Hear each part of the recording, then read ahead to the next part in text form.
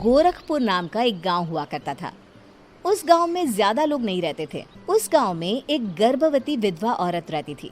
उस औरत का नाम कमला था। कमला अपने घर में अकेली रहती थी।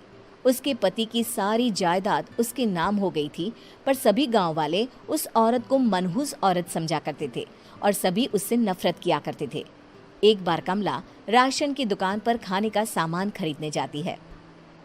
भैया जी, जरा 1 किलो दाल चावल देना।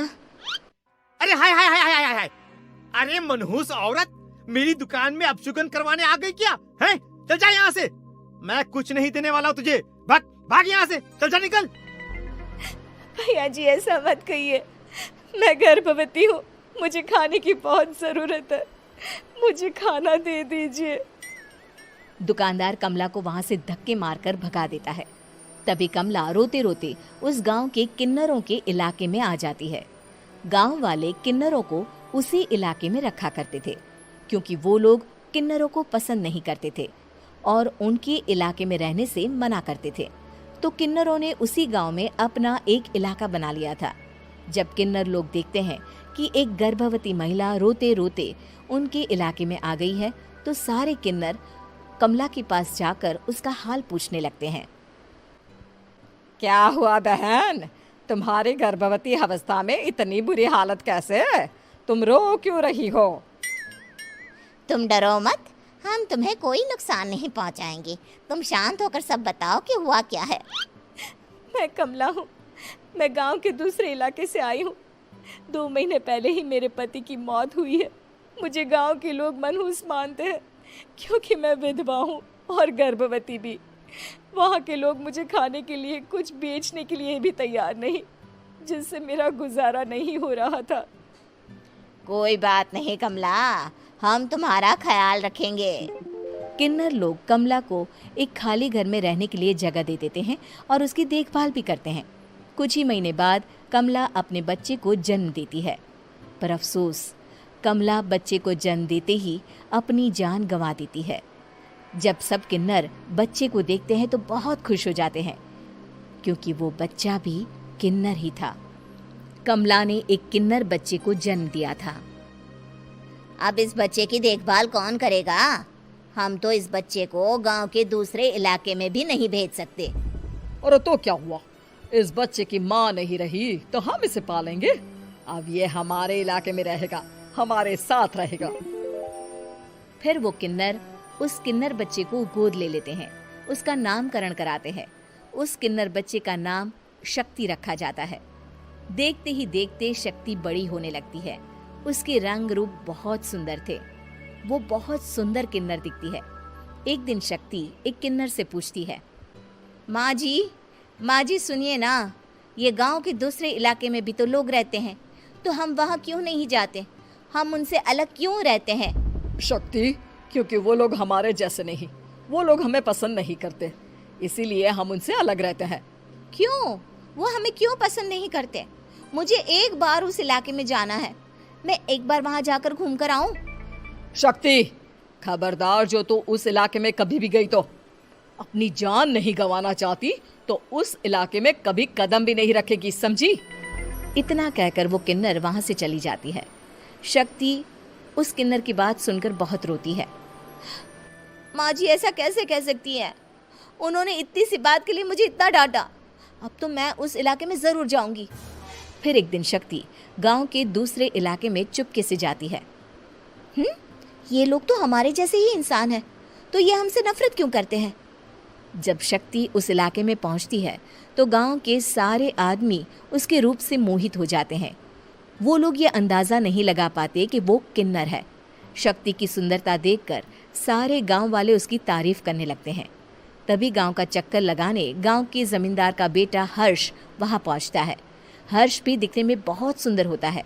जब हर्ष ने शक्ति को देखा तो वो भी उससे मोहित हो गया, और जब शक्ति की नजर हर्ष पर पड़ी तो वो हर्ष को देखकर मोहित हो गई। आपको पहले कभी इस गांव में देखा नहीं। इस गांव में आप नए हैं क्या? जी नहीं, वो मैं बस।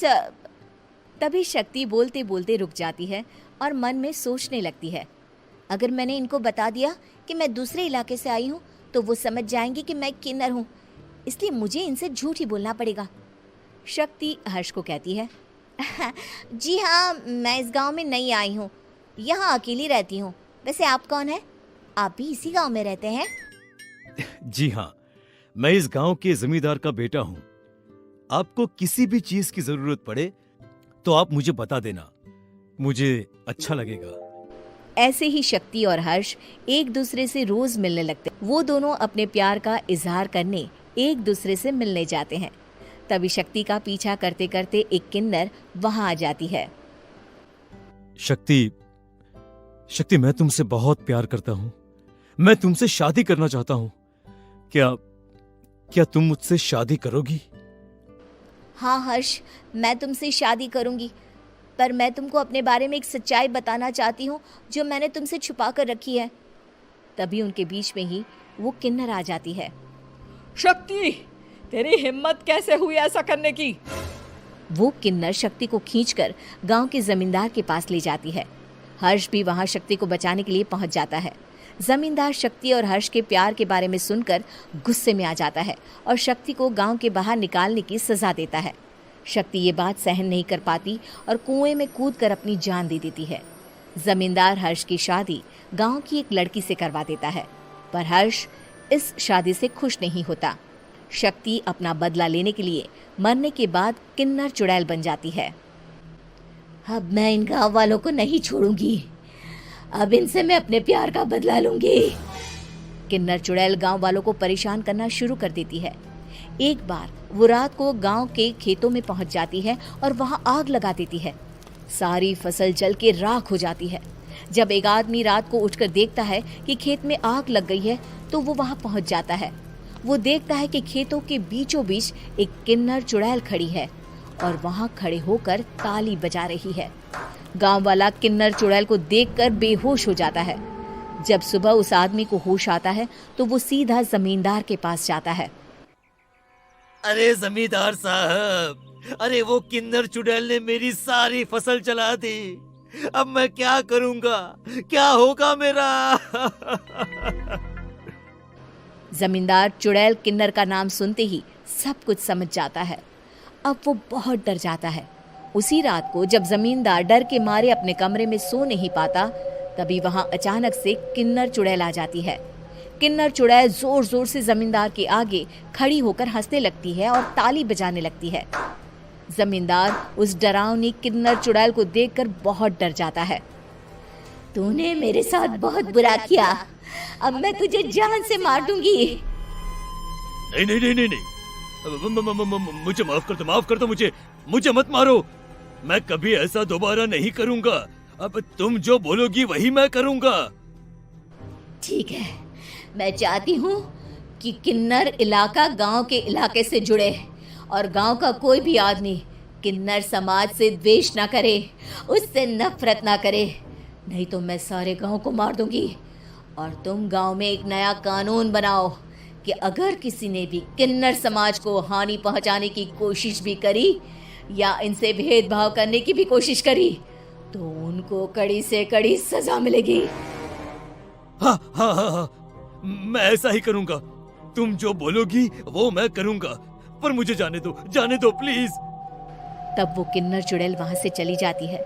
गांव का जमींदार किन्नर चुड़ैल का कहा मानते हुए दोनों इलाकों को एक कर देता है और नया कानून भी लागू कर देता है।